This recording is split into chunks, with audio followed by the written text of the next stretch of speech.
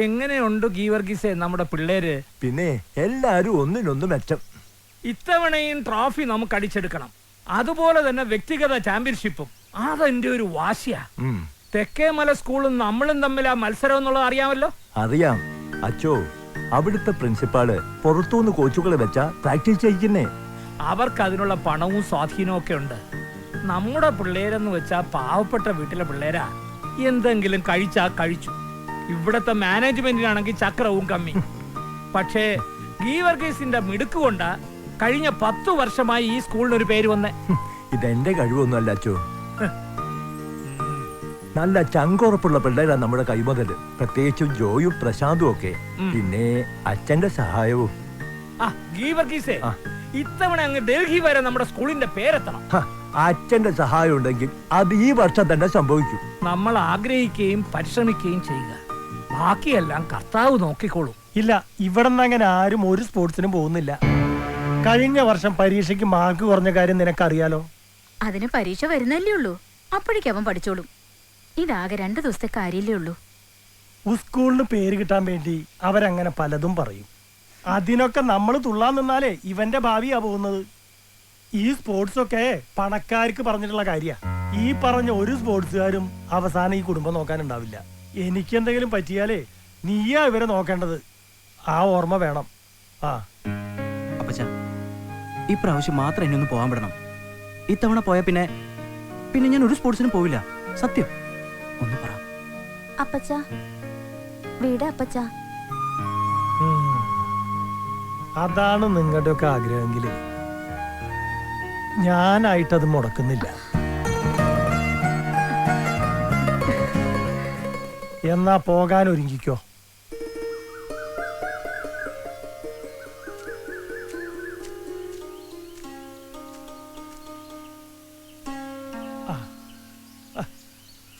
വേഗമാട്ടെ മാതച്ച, wailing കേറി വന്നു. ഓ, ഇനി ഒരു 19 റബ്ബർ കൂടല്ലേ ഉള്ളു. അതങ്ങ് ഡബഡബാന്ന് തീരുവന്ന്. അപ്പച്ചാ,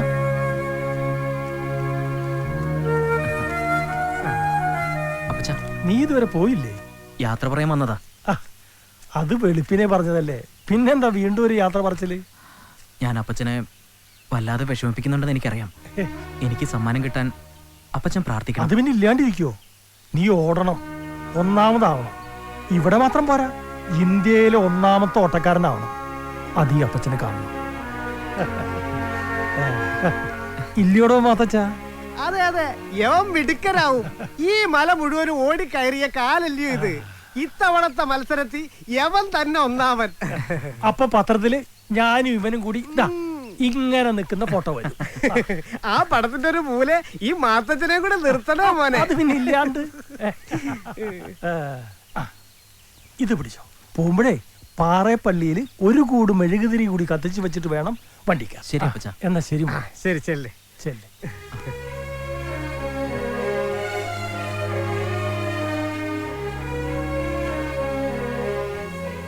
എന്റെ പാറ മാതാവേ. എല്ലാരും വന്നേ, വീട്ടിൽ കയറിയിട്ട് പോവാം. വന്നേ.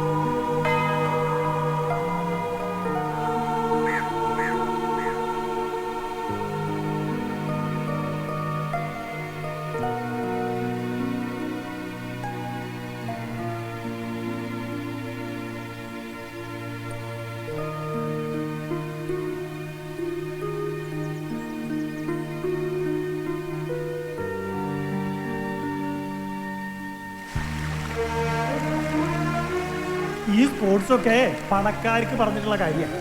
ഈ പറഞ്ഞ ഒരു സ്പോർട്സുകാരും അവസാനം ഈ കുടുംബം നോക്കാനുണ്ടാവില്ല. ഇപ്രാവശ്യം മാത്രം എന്നെ ഒന്ന് പോകാൻ വിടണം. ഇത്തവണ പോയ പിന്നെ പിന്നെ ഞാൻ ഒരു സ്പോർട്സിനും പോവില്ല, സത്യം.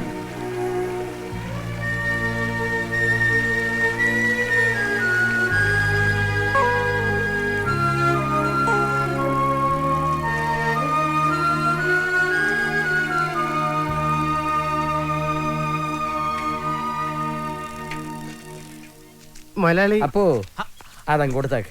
അത് നഷ്ടമാ മുതലാളി. അല്ലേ തന്നെ എനിക്ക് കഷ്ടാലവാ. അല്ല മൊലാളി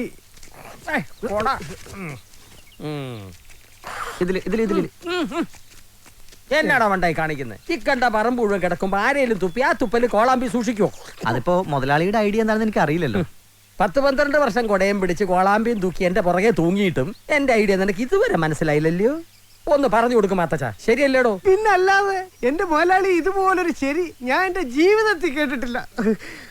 അവനെ പിരിച്ചു വിടല്ലേ മൊലാളി, അവനൊരു കുഞ്ഞുകുട്ടി പരാധീനക്കാരൻ. ഓ അത് ശരി. അപ്പൊ താനും അവന്റെ ഭാഗത്തല്ലയോ?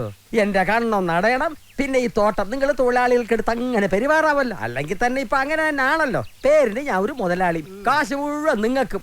അല്ല ജോ എപ്പോ വന്നു? എന്താ കാലത്തെ? അത് മുതലാളി എന്നെ ഒന്ന് സഹായിക്കണം. എന്ത് സഹായം? എനിക്കിനി പഠിക്കണമെങ്കിൽ അഡ്മിഷനും ഫീസിനും ഒക്കെ ആയി കുറെ രൂപ വേണം. ആ ഇപ്പൊ വിദ്യാഭ്യാസം കച്ചവടമല്ലയോ വേണ്ടി വരും.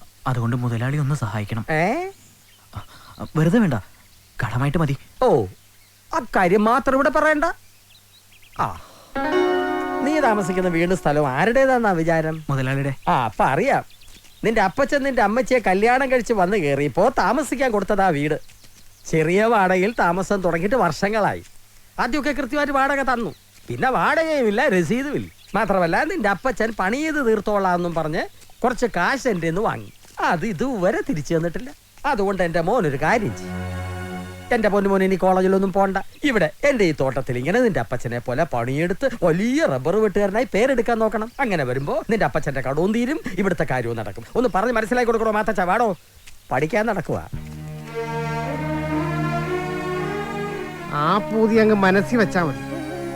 അങ്ങേര് പറഞ്ഞോന്നോർത്ത് മോൻ വിഷമിക്കണ്ട. നിന്റെ അപ്പച്ചൻ ജീവിച്ചിരിപ്പുണ്ടായിരുന്നെങ്കിലേ മുമ്പേ ഈ പറഞ്ഞു പോയ വർത്താനം ഉണ്ടല്ലോ, അത് അദ്ദേഹം പറയില്ലായിരുന്നു. നിന്റെ അപ്പന്റെയും കൂടെ അധ്വാനമാ ഈ കാണുന്ന തോട്ടമല്ല. കണക്ക് പറഞ്ഞാലേ അങ്ങേരി തോട്ടം നിന്റെ പേരിൽ എഴുതേണ്ടി വരും.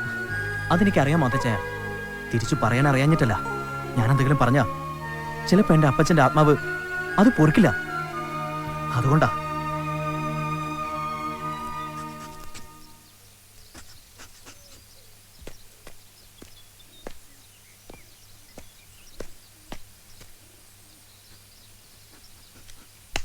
ഏയ് ജോ.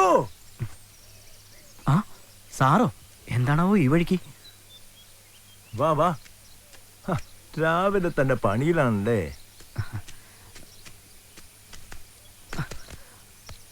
നീ ഇപ്പൊ എന്താ കോളേജിലൊന്നും പോകുന്നില്ലേ? പോണെന്നുണ്ട്, പക്ഷെ അതിന് കോളേജിലൊക്കെ അഡ്മിഷൻ കിട്ടിയിട്ട് ആരെങ്കിലും പോവാതിരിക്കടോ? ആഗ്രഹമില്ലാഞ്ഞിട്ടല്ല സാർ. നിന്റെ വിഷമം എനിക്ക് മനസ്സിലാവുന്നുണ്ട്. ഞാനൊന്ന് നോക്കട്ടെ.